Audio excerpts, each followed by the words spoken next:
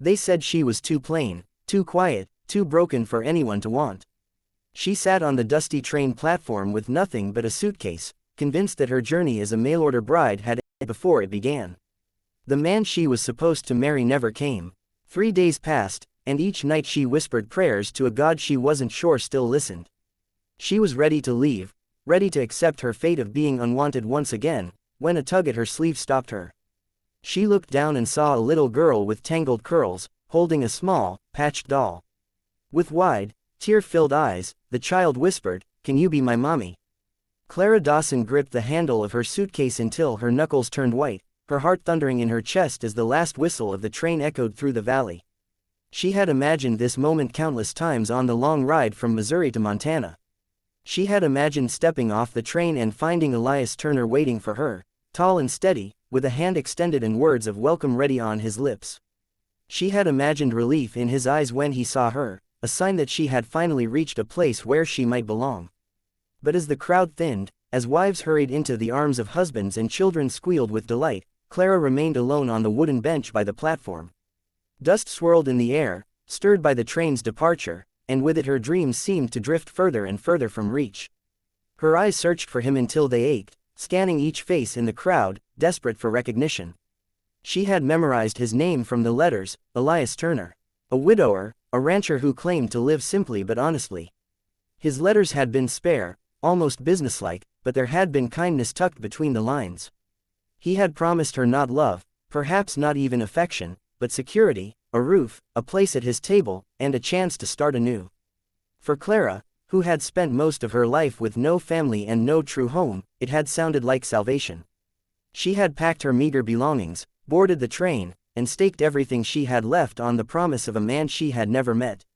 But now the shadows lengthened, and still no one came for her.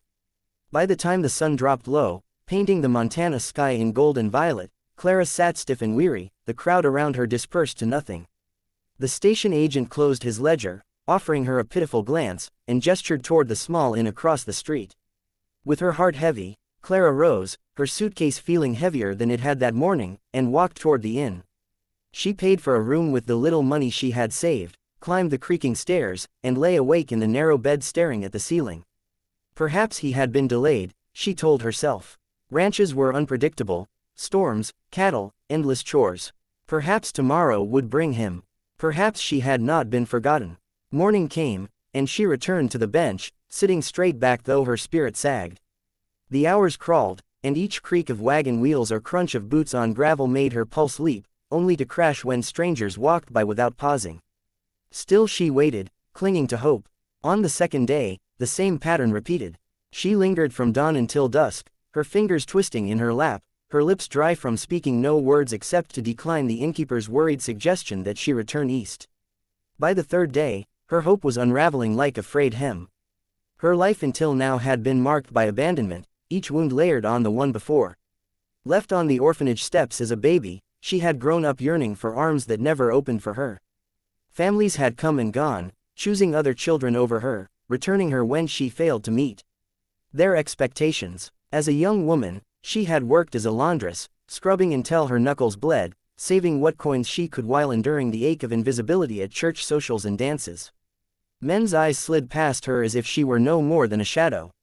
She had written to Elias Turner believing, praying, that this time might be different. That maybe, finally, someone had chosen her. But now, 3 days abandoned on a station bench, the truth pressed down hard. She was not wanted, not even here. Clara drew a deep breath, squared her shoulders, and reached for her suitcase. She could not linger in shame any longer. She would return east, take up her old work, and learn to live once again with the hollow truth that she was destined to be unwanted. She rose to her feet, determination trembling in her bones even as sorrow burned in her throat. But before she could step away, a small hand tugged at her sleeve. Startled, Clara looked down. A little girl, no more than 6 or 7, gazed up at her with wide hazel eyes brimming with tears. Her hair was a wild tangle of chestnut curls, her cheeks streaked with dust, and she clutched a ragged doll so tightly its fabric arms seemed ready to tear. "Miss," the girl's small voice quavered. "Can you be my mommy?" The words pierced Clara's chest like an arrow. She sank to her knees, her skirt gathering dust from the platform, and stared at the child in disbelief. Sweetheart, where's your papa? Or your mama? The girl swallowed, her lower lip trembling. Papa's comin', he said he was meetin' someone here. But he was late 'cause of the horses. She hugged her doll tighter. I don't got a mama no more. So I thought, maybe you could be her. Clara's breath hitched, her throat aching with unshed tears. This child's plea was not born of whimsy but of deep need, the same need that had lived inside Clara for as long as she could remember, the need to belong, to be held, to be chosen. Gently, she brushed a tear from the girl's cheek with the edge of her glove, her heart aching at the innocence and desperation bound up in that one fragile question. She opened her mouth to explain, to say that she could not be anyone's mother, that she was barely standing herself, but before the words could leave her lips, a shadow fell across them both. Rosie, a deep, steady voice rang out. The little girl spun, her curls bouncing as relief lit her face. Papa, she cried, darting toward a tall man striding across the platform. His hat was tipped low, his stride long and urgent, his broad shoulders tense beneath a worn work shirt. Clara froze. Even before he reached them, she knew who he was. Elias Turner, the man whose letters she had carried in her pocket like lifelines, whose name she had whispered into the silence of the train, whose arrival she had waited for until her hope frayed thin. He scooped the little girl into his arms, pressing his face into her curls with a breath of relief.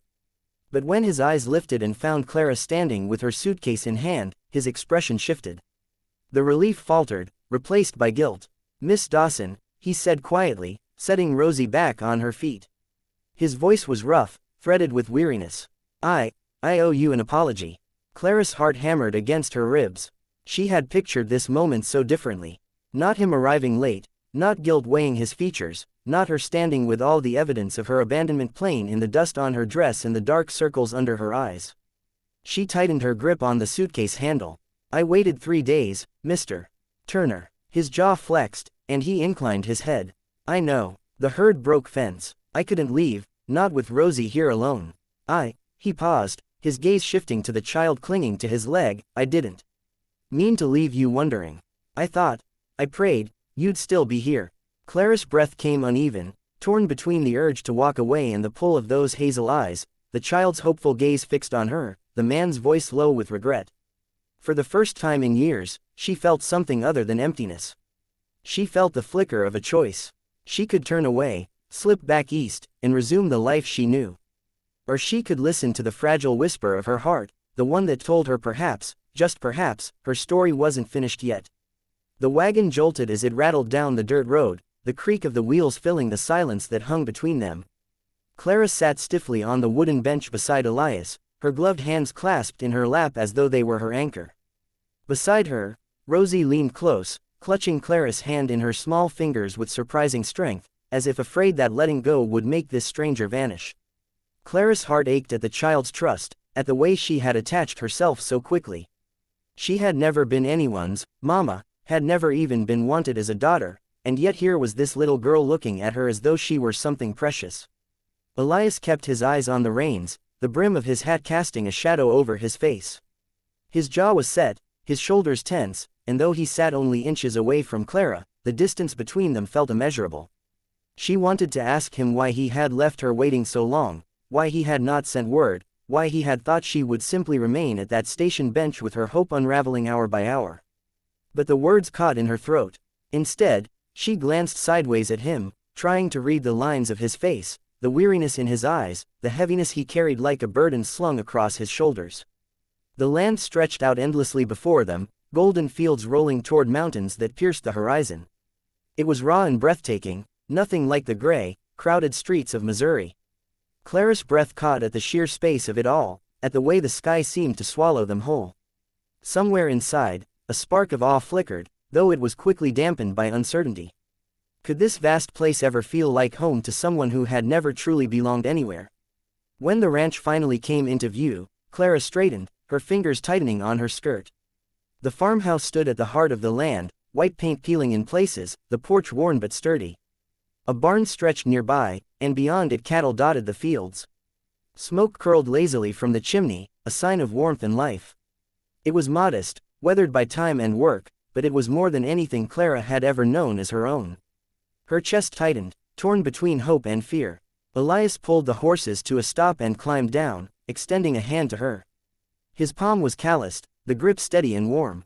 "It's not much," he said, his voice low, almost apologetic, "but it's home." Clara hesitated only a second before placing her hand in his and stepping down. Rosie tugged her free hand almost at once, her curls bouncing as she urged, "Come see my room. Please." Her eyes shone with excitement, as though she had already decided Clara belonged here, as though the matter was settled in her small heart. Inside, the house smelled faintly of wood smoke and lavender, a comforting but unfamiliar scent. Clara's eyes swept the rooms, noting the tidy order and the lingering traces of absence. A faded shawl hung on a hook by the door, untouched yet unwilling to be put away. A rocking chair stood in the corner, still, as though waiting for the gentle rhythm of someone who would never return. Each detail spoke of the woman who had come before her, the wife Elias had lost, the mother Rosie still grieved. Clara's chest ached with the realization that she was stepping into the hollow of another's memory. She followed Rosie into a small bedroom, where the child proudly displayed her simple bed, the ragged doll resting atop it, and the small window overlooking the pasture. Clara smiled, though her heart quivered, overwhelmed by the child's eagerness to share.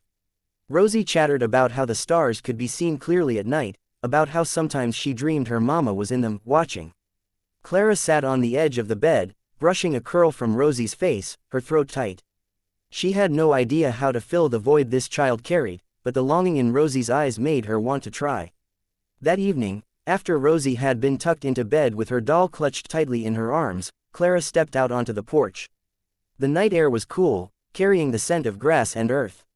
Crickets hummed, and the stars stretched endlessly above, brighter than she had ever seen in her life. She wrapped her arms around herself, staring at the horizon where the dark mountains stood like sentinels. Elias joined her after a while, his boots creaking against the porch boards. He leaned against the railing, his hands folded, his gaze fixed on the same distant horizon. For a long time, neither of them spoke, and Clara thought perhaps they never would.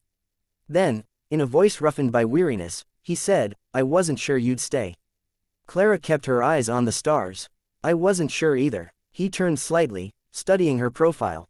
"I know I didn't make a good start.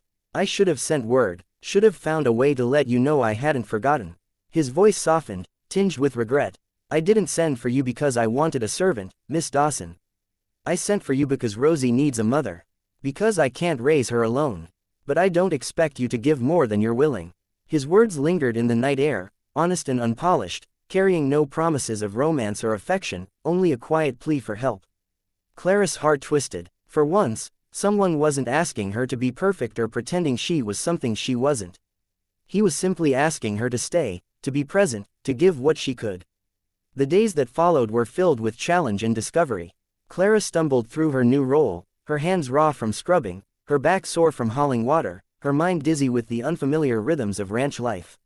Meals burned more often than not, and Rosie giggled at her attempts to milk a cow. Yet, slowly, the routines began to settle. Elias worked long hours, yet he always returned for supper, his quiet presence steadying the table.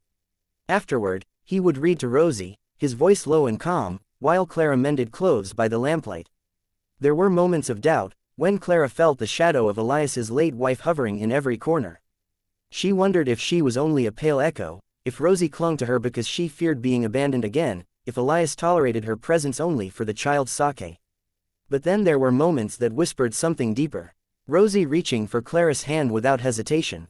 Elias glancing toward her with gratitude in his eyes after a long day's work.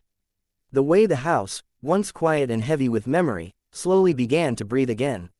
One evening, as Clara tucked Rosie into bed, the little girl clutched her doll and looked up at her with wide eyes. Her voice was soft, uncertain. "Can you really be my mommy?" Clara froze, tears welling as the question sank into her heart. She knelt beside the bed, brushing a curl from Rosie's forehead, and whispered, "If you'll have me, Rosie, I'd be honored." Rosie's arms wrapped tightly around her neck, her small body trembling with relief. Clara held her close, her own tears spilling freely, realizing that in this moment she had been chosen in a way she never had before. When she rose, Elias stood quietly in the doorway, his face shadowed by lamplight but his eyes shining with something unspoken. Gratitude, hope, perhaps even the beginnings of something more. Clara met his gaze, her heart swelling with a fragile but growing certainty. For the first time in her life, she was not simply surviving. She was building something, a home, a family, a place where she was wanted. And as the crickets sang outside and Rosie's breathing grew steady in sleep, Clara knew that though the road ahead would not be easy, it was no longer a road she would walk alone.